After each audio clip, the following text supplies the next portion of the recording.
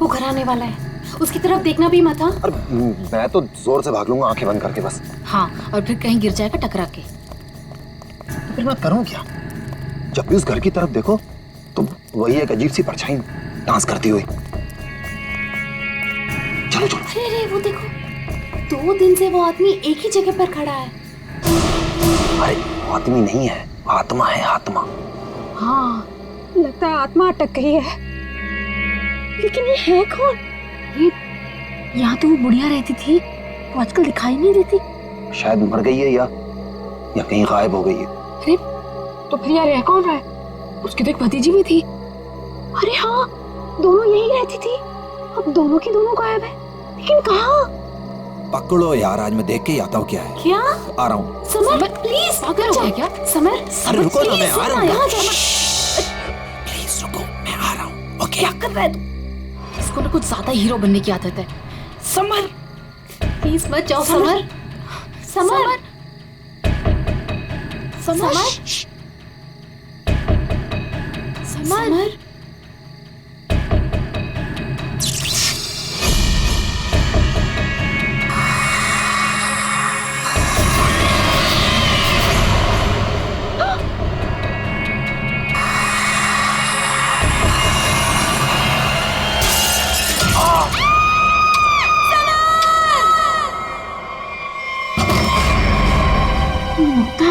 क्या हुआ बेटा? हमने वो गूंज महल वाला रास्ता पकड़ा था और वो बेवकूफ समर वो महल के अंदर चला गया था। अरे पर तुम लोग उस रास्ते गए क्यों? बेटा समर तो ठीक है ना? माँ, किसी ने अंदर से उस पे फूलदान फेंक कर मारा। हम लोग भागकर वहां से आ गए। मैंने गिनी और सबर को बोल दिया कि अब से हम उस रास्ते से कभी नहीं जाएंगे। अच्छा किया बेटा, गूंज महल से दूर रहना ही अच्छा है। आ गए? अरे कहाँ दिन भर आवारागर्दी करता फिरता है तू? भैया घर की हालत देखो क्या हो गई है। माँ की बीमारी की वजह से लोन लेने की नौबत आ गई है। ऐसे फालतू घूमने से अच्छा कोई नौकरी क्यों नहीं ढूंढ लेते? नौकरी मिल गई है मुझे। अच्छा? कौन सी बेटा, कहाँ नौकरी मिली तुझे? भैया कहाँ मिली है नौकरी? जवाब दो। गूंज महल में। ए, तुझे पता है तू क्या बोल रहा है? अरे गूंज महल में जो बुढ़िया रहती है वो मर चुकी है और उसकी भतीजी का भी कुछ अता पता नहीं है। बेटा वहां पे तो आत्माएं रहती है और तू ऐसी जगह पे जाके नौकरी करेगा? नहीं नहीं, तुझे वहां जाने की कोई जरूरत नहीं है। नहीं, तू वहां नहीं जाएगा। माँ, वो बुढ़िया मरी नहीं है और उसी की भतीजी को पियानो सिखा रहा हूं मैं। 50,000 रुपए दे रहे महीने के। 50,000? म्यूजिक सिखाने के इतने सारे रुपए? माँ, मैं ये 50,000 रुपए एडवांस। अब हमारी सारी मुसीबतें खत्म। भैया पता है आज रात को हमारे साथ क्या? म्यूजिक सिखाऊंगा मैं पैसे कमाऊंगा। म्यूजिक सिखाऊंगा, पैसे कमाऊंगा। ये लड़का कभी किसी की नहीं सुनता, तुम देख लेना, कोई कोई मुसीबत ला के रहेगा एक दिन ये। बल्लू को नौकरी मिल गई और उसने मुझे बताया भी नहीं। और ये ऐसे अजीब से बर्ताव क्यों कर रहा है? वो देखो देखो कैसे अपने आप से बातें कर रहा है। पता नहीं किससे बातें करते रहता है। बल्लू, बल्लू। हाँ हाँ हाँ, मुझे जाना होगा समर। बल्लू हमारी बात तो सुनो। मुझे काम के लिए लेट हो रहा है। गूंज महल में मेरा इंतजार हो रहा है। बल्लू, बल्लू मेरी बात सुनो, वहां मत जाओ। मैं नहीं जानता कि तुम क्या कर रहे हो, लेकिन वहां जान का खतरा है। ये देखो मेरे साथ क्या हुआ है।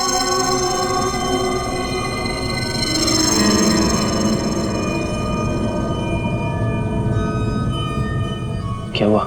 कल गूंज महल में एक औरत ने मुझ पर हमला किया। नहीं, ऐसा नहीं हो सकता।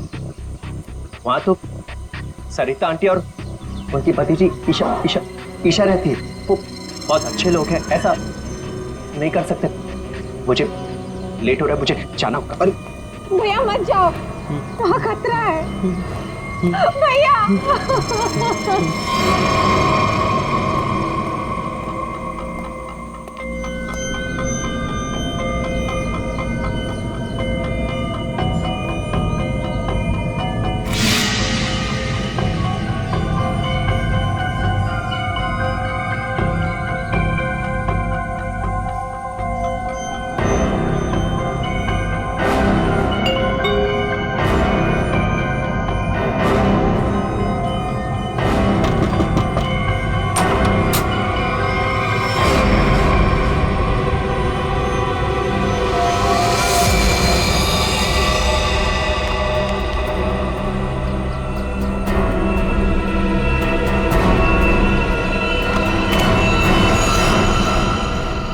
इस लड़के से सारी उम्मीद ही छोड़ दी है। पता नहीं कैसी नौकरी है भी या नहीं।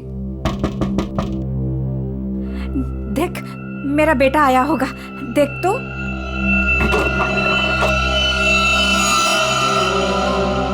भैया भैया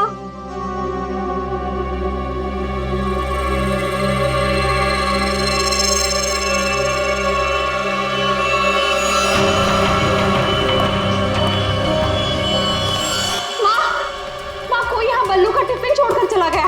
बल्लू को कुछ हुआ तो नहीं ना?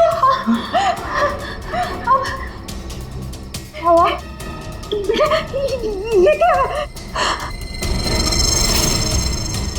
कौन?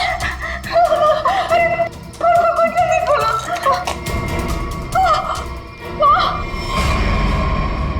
ये है वो गूंज महल जहाँ पे आपका बेटा बलविंदर यानी बल्लू कल आया था और उसके बाद से वो वापस नहीं आया। यहाँ पे 2 औरतें रहती हैं, एक बुजुर्ग औरत सरिता देवी और उसकी भतीजी ईशा है। और आप लोगों के हिसाब से वो लोग कुछ अजीब है, राइट? सर, ये पूरा घर ही अजीब है। यहाँ की खिड़कियों से रोशनी चमकती है, साए दिखते हैं, यहाँ से गुजरने वाले लोगों पर चीजें फेंककर हमला करते हैं। पता नहीं मेरा भाई कैसे फंस गया यहाँ। बल्लू यहाँ नौकरी करता था? जी हाँ, और इसी घर से मेरे बेटे का खाने का डिब्बा वापस आया था, खून से भरा। और सर, जब पता लगाने के लिए मैं अपने दोस्तों के साथ यहाँ आई थी तो हमने दरवाजा खटखटाया, आवाजें लगाई, डोरबेल बजाया, लेकिन किसी ने जवाब नहीं दिया। सर, यहाँ मेरे बेटे के साथ जरूर कुछ हुआ है। उन लोगों ने जरूर कुछ किया है सर। प्लीज मेरे बेटे को बचा लीजिए।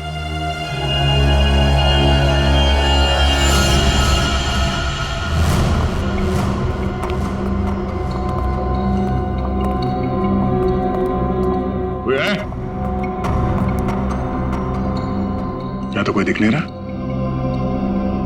आत्मा कहाँ दिखाई देती है सर, सीधी अटैक करती है। सर, यहाँ पर बल्लू, सरिता और ईशा, इनमें से कोई होना ही चाहिए। सरिता जी हैं भी या नहीं, किसी को कुछ नहीं पता सर। लोग तो यहाँ तक कह रहे हैं कि सरिता जी की मौत हो चुकी है। यहाँ हुआ तो है कुछ।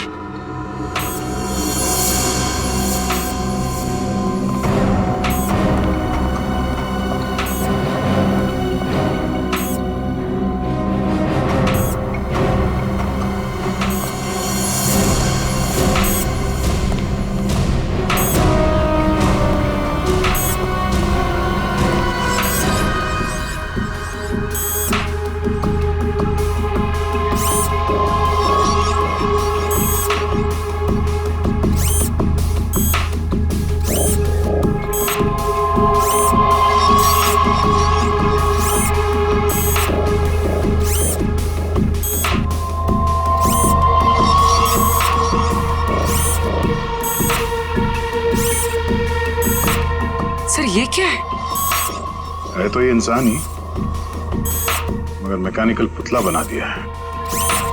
खुद ताली बजा रहा है।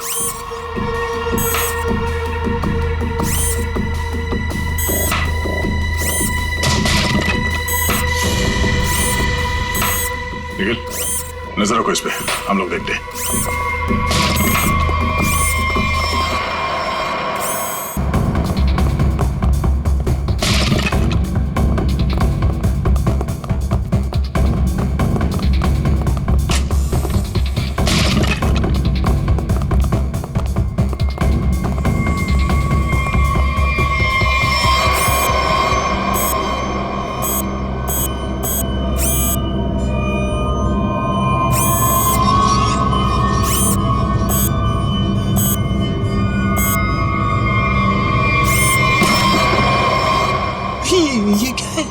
ये तो रोबोट जैसा कुछ है।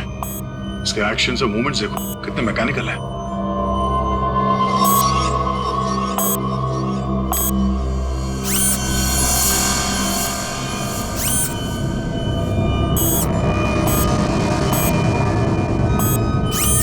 सर ये यहाँ आए कैसे और इन्हें रोकेंगे कैसे? इसे तो टेक्निकली रोका जा सकता है। ये क्या है? बोली नजर रखना इसमें।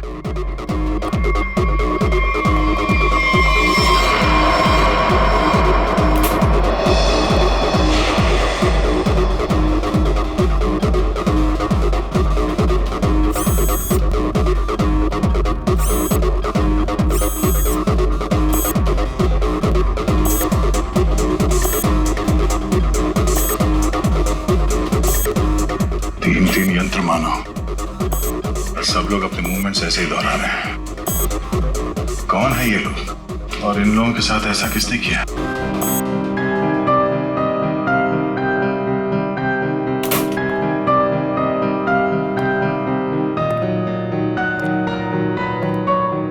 बलवंत,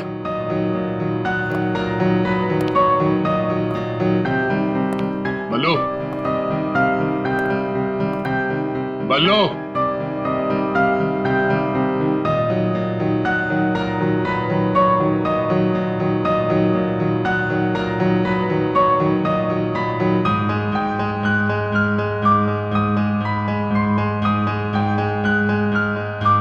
बात नहीं करनी।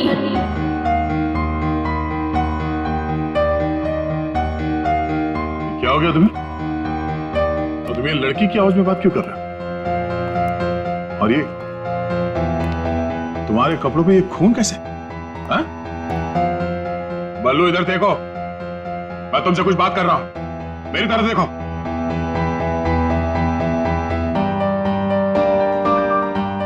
मैंने कहा ना, बात नहीं करनी। पियानो बजाते वक्त मैं किसी से बात नहीं करती। मुझे गुस्सा आता है और फिर मैं सबको मार देती हूँ, मार देती हूँ।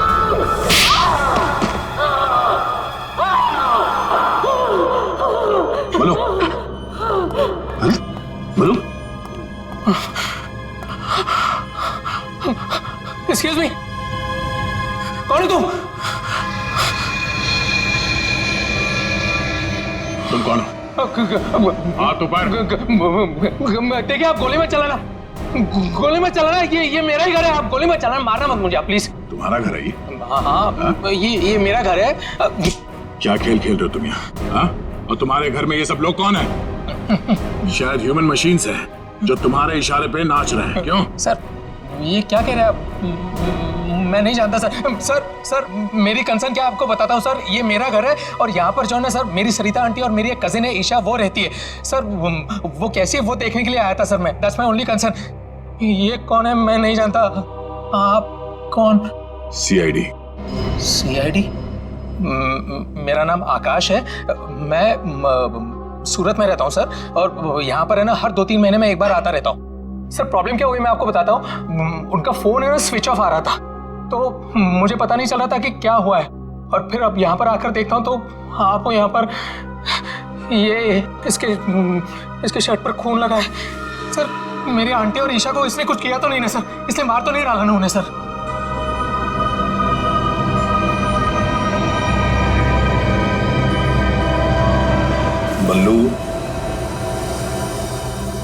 बल्लू तुम सुन रहे हो? मैं तुमसे बात कर रहा हूं।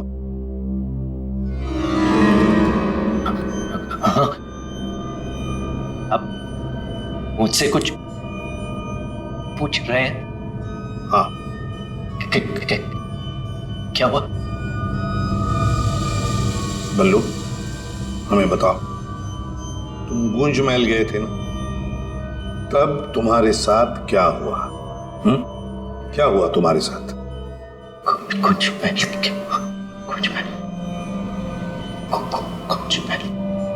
तुम ईशा को म्यूजिक सिखाने गए थे ना वहां पे क्या हुआ था? सरिता और ईशा कहाँ हैं? सर मुझे समझ नहीं आ रहा है कि आप लोग इसे इतना प्यार से क्यों पूछ रहे हैं? He's a criminal। सर इसने मेरी आंटी और ईशा को कुछ किया है, और वहां पर आपको जो इंसानी पुतले मिले थे ना, सब इसी का किया धरा है। शक तुम्हारे ऊपर भी है। तुम्हारे घर में मौत का खेल चल रहा था और तुम्हें मालूम तक नहीं।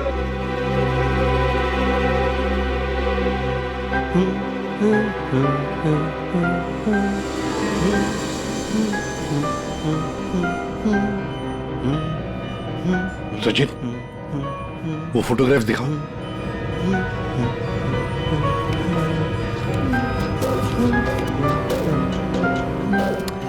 इन तस्वीरों को ध्यान से देखो, बताओ कौन है ये लोग और इनका ये हाल किसने किया? ये सब लोग जिंदा है। ये लोग तुम्हें जिंदा लग रहे हैं? हाँ, जिंदा। मुझे बताया गया था कि ये रिश्तेदार हैं और म्यूजिक सुन रहे। ये झूठ बोल रहा है सर, इनमें से कोई मेरा रिश्तेदार नहीं है। सर ये ड्रामा कर रहा है, सबको मार दिया और अब क्या बकवास कर रही है? तुम्हें चाय के लिए कहा था ना, चाय किधर है? हाँ? ये ईशा कुछ बोल क्यों नहीं रही? ये अकेला क्यों ताली बजा रहा है? हाँ? मम्मी को बोल देता हूं, रुकूं या भाग जाऊं? कितना बड़ा और डरावना घर है। सर आप मेरी बात सुनिए सर, ये पूरा का पूरा पागल हो चुका है। He's a psycho killer। Bablu क्या हुआ था कल जब तुम ईशा को म्यूजिक सिखाने गए थे? कुछ याद है वहां पे क्या हुआ था? हाँ? क्या हुआ था वहां पे?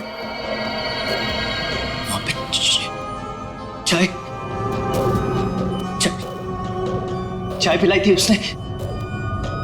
हाँ बराबर। चाय। तो फिर ईशा कहाँ गई?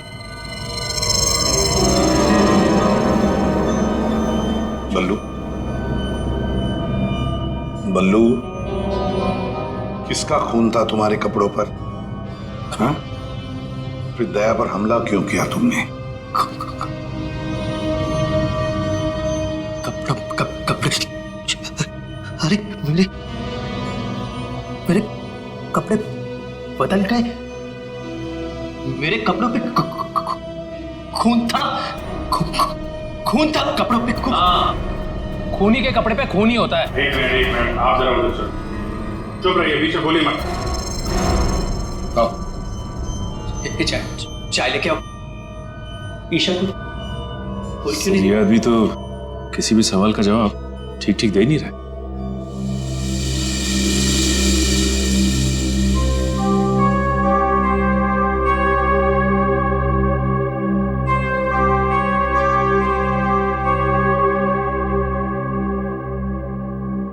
अभिजीत, इस बल्लू की मेडिकल जांच करवाते हैं, पता तो चले ड्रामा कर रहा है या वाकई इसके दिमाग के साथ कोई प्रॉब्लम है।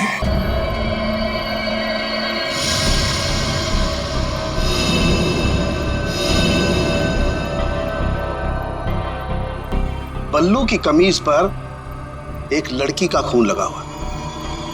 इस कमीज पर जो खून लगा है लड़की का है, ये मैंने पता लगा लिया है। ये रही उसकी डीएनए रिपोर्ट। अब मैं आपसे सिर्फ ये जानना चाहता हूं कि ये जो लड़की मरी है ये कौन है और इसे किसने मारा? इसे आपने मारा? नहीं? या फिर इसे आपने मारा? नहीं? या फिर इसे तुमने मारा?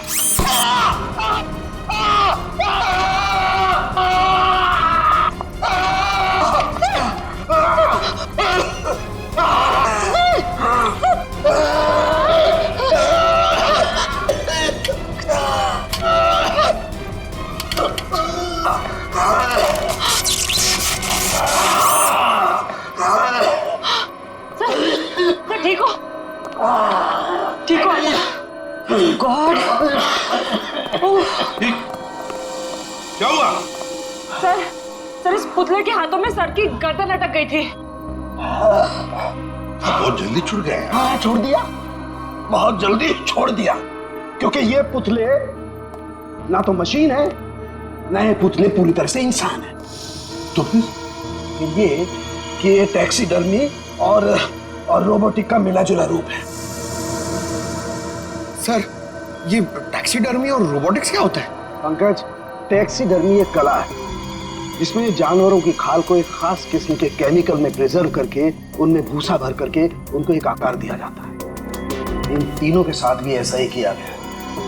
इंसान की खाल को केमिकल में प्रिजर्व करके लकड़ी के पुतलों पर चढ़ाया गया है। लेकिन सर ये सब करना तो गैर कानूनी। उन्हीं गैर कानूनी काम ही तो करता है। यार सालुंखे, ये इंसान तो नहीं है, फिर भी ये ताली कैसे बजाते हैं, हमला कैसे करते हैं? इन तीनों के दिमाग में एक मशीन फिट कर दी गई है। इसका कंट्रोल खूनी के हाथ में, और खूनी ने उस मशीन के जरिए इनके चारों तरफ एक खास घेरा निश्चित कर दिया है। कोई भी इंसान उस घेरे के अंदर आकर के कोई मूवमेंट करता है, ये चालू हो जाते हैं, अपना काम करने लगते हैं। एक्टिव हम लोग भी तो आसपास घूम रहे हैं डॉक्टर साहब। नहीं, इन तीनों की मशीन को मैंने डीएक्टिवेट कर दिया था। वहां उस पीछे वाले में कुछ गलती रह गई।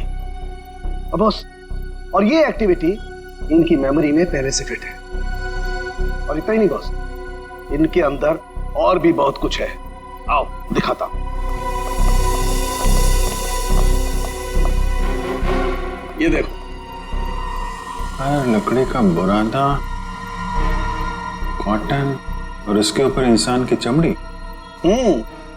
बनाने वाले ने तो बना दिया बॉस, लेकिन वो भूल गया कि इंसान की चमड़ी में और जानवर की चमड़ी में एक खास फर्क होता है।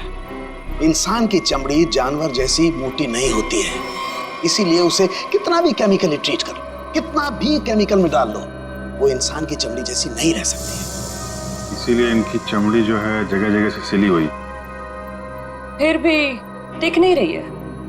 और दूसरी बात, ये सारी चमड़ियां ज्यादा पुरानी नहीं है, बस कुछ ही दिन पहले इन्हें मारकर निकाला गया है। पर उस घर का तो कोना कोना छान मारा गया था, एक भी ऐसी लाश नहीं मिली जिसकी खाल उधेड़ दी गई हो। वो कहीं और बनाता है ये ह्यूमनॉइड, अपने घर पर नहीं।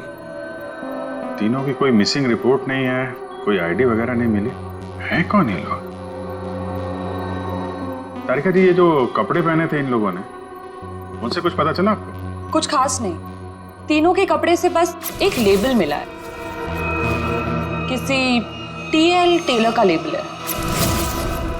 TL Taylor?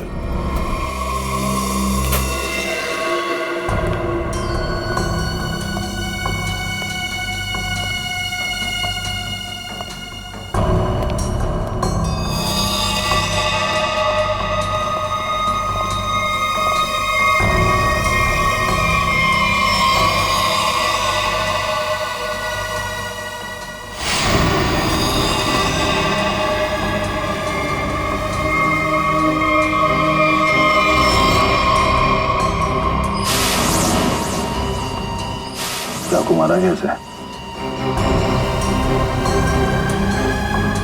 कई बार मारा था सर। बल्लू के कपड़े पे जो खून के छिटे थे, कहीं इस लड़की के तो नहीं? ये तो बल्लू ही बताएगा। मुंजी, असली बात यह है कि गूंज महल में से एक लाश मिली हमें, एक लड़की की लाश।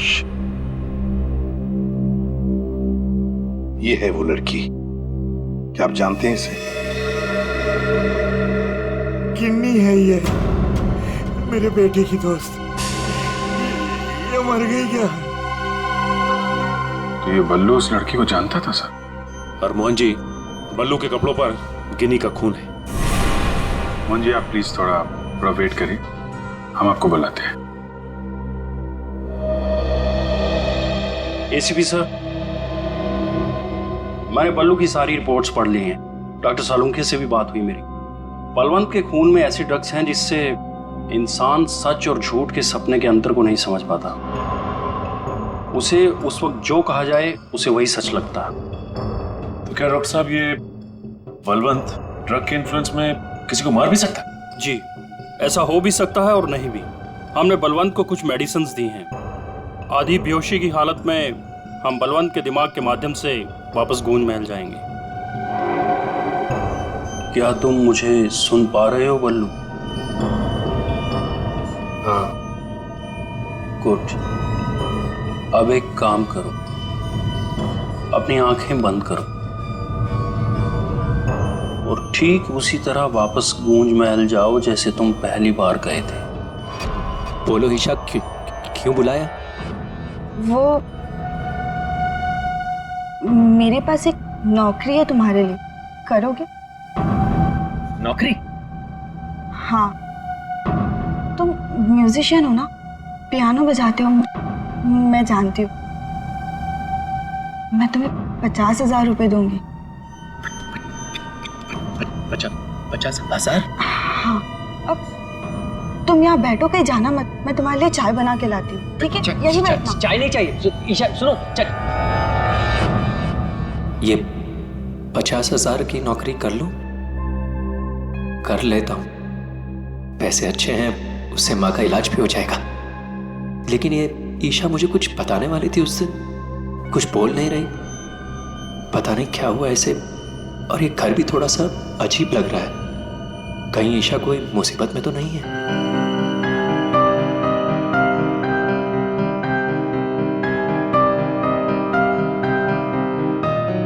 शायद यही ईशा की आंटी है, Sarita ji. Excuse me ma'am. Hello. अच्छी ट्यून है।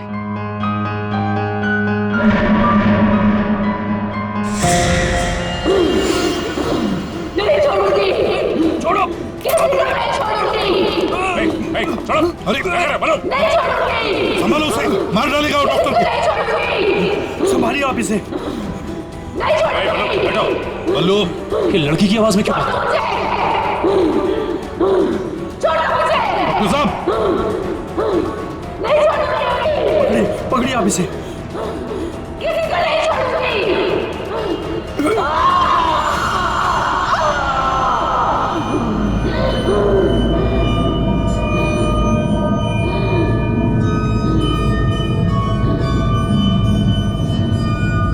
नहीं छोड़ूंगी, अब किसी को नहीं छोड़ूंगी।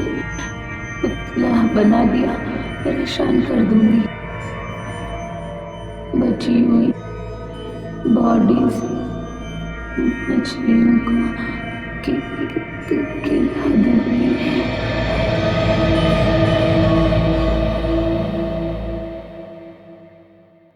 डॉक्टर साहब, क्या हुआ क्या है इसे? हाँ? ये इसे अचानक से औरत की आवाज में क्यों बात करता है? जब तक बल्लू पियानो तक नहीं पहुंचा था तब तक ये ठीक था, लेकिन जैसे ही इसके दिमाग में पियानो की आवाज सुनाई दी, ये कोई और बन गया। आपके कहने का मतलब है कि पियानो की आवाज सुनते ही ये बल्लू अपने आप को खूनी औरत समझने लगता है। मतलब ये किसी के वश में है, किसी ने हिप्नोटाइज किया इसे। क्या लगता है आपको डॉक्टर साहब? हाँ, ये टेलर्स का पता चल गया सर, जिसने तीनों मानव मशीन के लिए कपड़े बनाए थे सर। अच्छा, टीएल टेलर्स।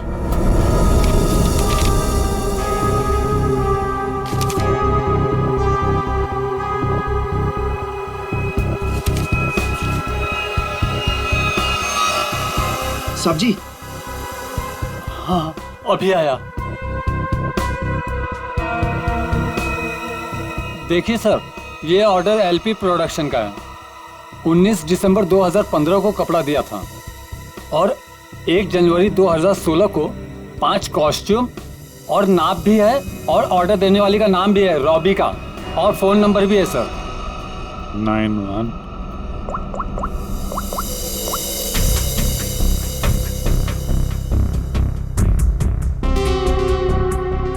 सर, फोन बंद है। कोई बात नहीं, इस फोन की लास्ट लोकेशन ट्रेस करो और कुंडली निकालो इस रॉबिका की। सर। हाँ साळुंखे साहब।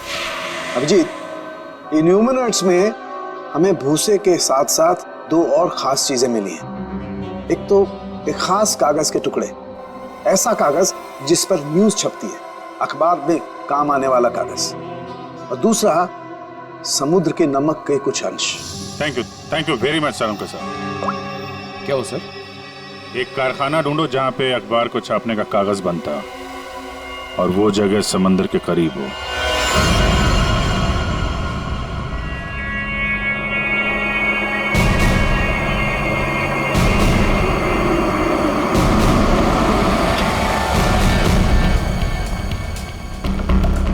समंदर के किनारे पेपर मिल, और वो भी बंद पड़ी हुई।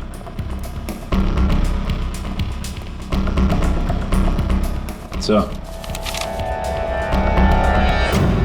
यहाँ पे ये पेपर और ये पेड़ की छाल और वहां पर कपड़े, यहाँ तो हर वो चीज मौजूद है जो मानव मशीन के अंदर भरी गई है। सर हो सकता है उस क्रिमिनल के काम करने की जगह यही हो जहां वो पुतले बनाता था। क्या पता वो अभी भी कहीं आसपास ही हो। मगर वो जगह कहाँ है? यहाँ तो सिर्फ पुतले में भरने का सामान है ना। वो टैक्सी डमी की जगह और वो रोबोट बनाने की जगह, वो कहाँ है? पुतलों में भरने का सामान यहाँ है तो वो जगह भी यहीं कहीं होगी। ढूंढो।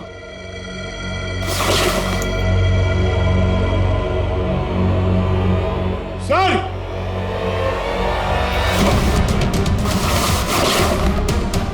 सर! माय गॉड,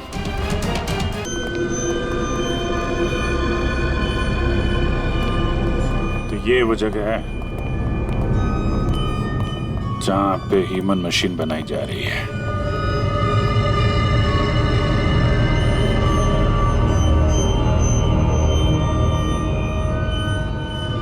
ये देखो,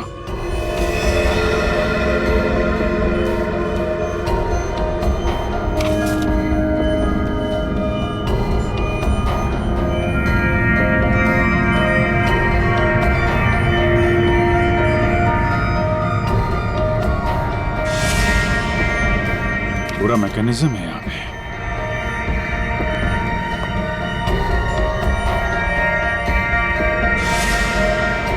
सर! हाँ? सरिता जी का रोबो। Oh no.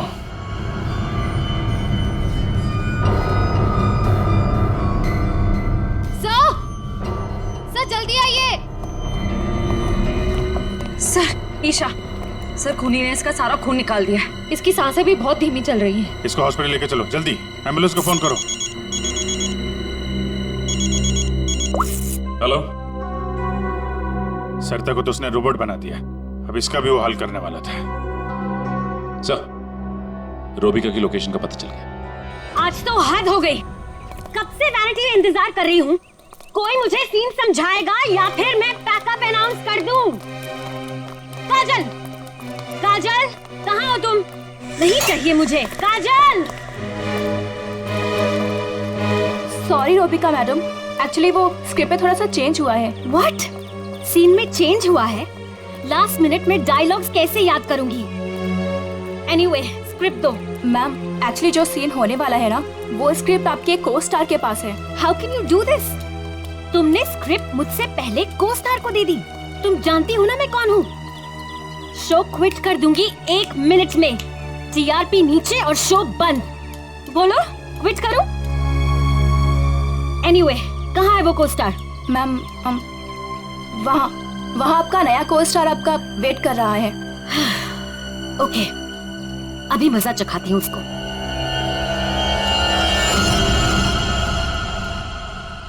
हेलो, कोई है? यहाँ तो कोई नजर नहीं आ रहा। हेलो, कोई है यहाँ पर? हेलो, हेलो, कोई है? पता नहीं ये काजल भी ना यहाँ क्यों भेज दिया मुझे।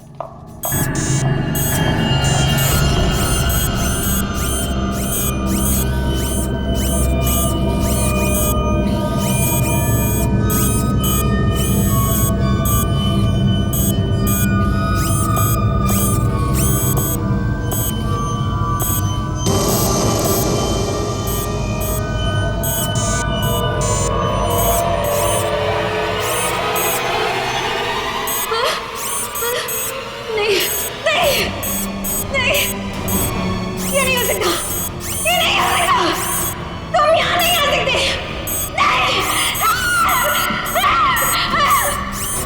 Hello miss Rubika.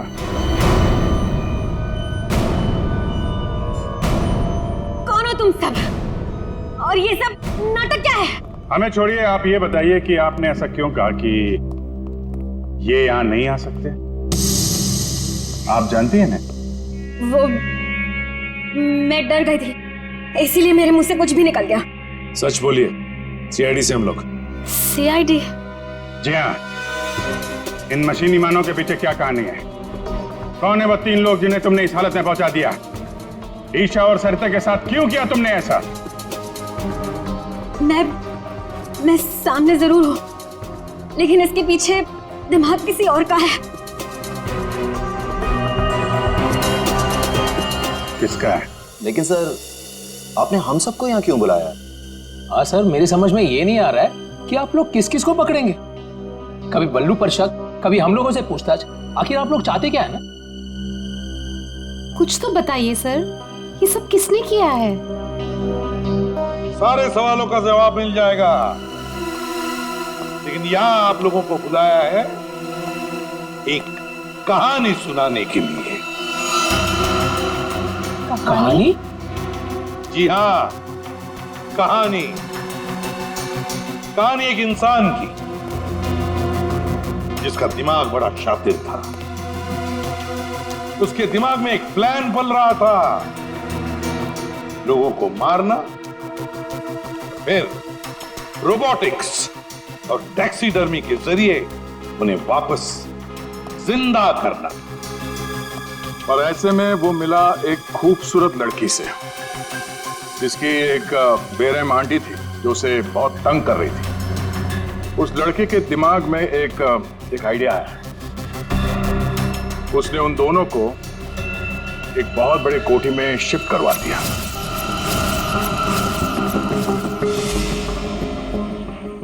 Thank you so much. और फिर उस लड़के ने उस सुंदर सी लड़की को पहला झटका दे दिया। उसने उस लड़की की आंटी को मार डाला इसी घर में। इस तरह लड़की की आंटी बन गई इस लड़के का पहला कामयाब आविष्कार। उसके बाद में उसने कुछ लोगों को और भी अपने एक्सपेरिमेंट का निशाना बना दिया। हैरानी की बात यह है कि वो सब उसके वो दोस्त और कलीग्स थे जो उसके साथ विदेश में काम करते थे। अब हुआ ये कि ये लड़की इस लड़के से बहुत डरने लगी और फिर उससे बचने के लिए उसने अपने और एक दोस्त की मदद मांगी। ऐसे रो मत, मैं हेल्प करूंगा तुम्हारी, तुम बताओ क्या करना। और जब खूनी को ये बात पता चली तो बहुत भड़क गया। प्लीज मुझे मत मारो, मुझे छोड़ दो प्लीज। उसने उस लड़की को कैद कर लिया और उसके दोस्त को बेवकूफ बनाया।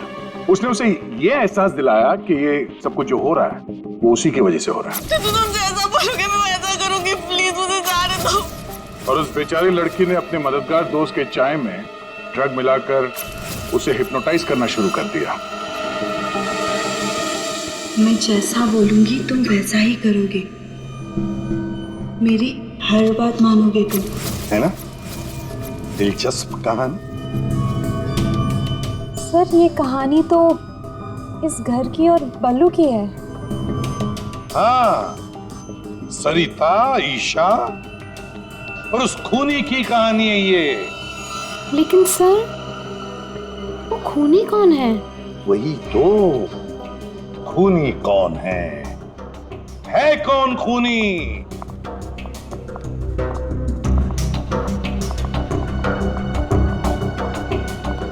कहां फंसा दिया तुमने मुझे? तुमने तो कहा था कि ये कोई एक्सपेरिमेंट है, तुमने तो खून ही कर डाले। ये सब तुमने किया समर? हाँ, ये सब मैंने किया। और ये सब मैंने किसी और वजह से नहीं, ये सब मैंने सिर्फ इसलिए किया क्योंकि मैं चाहता हूं कि साइंस की दुनिया में मेरा नाम सुनहरे अक्षरों में लिखा जाए और कि मेरे इतने बड़े एक्सपेरिमेंट को वो लड़की, वो ईशा बर्बाद कर देना चाहती थी।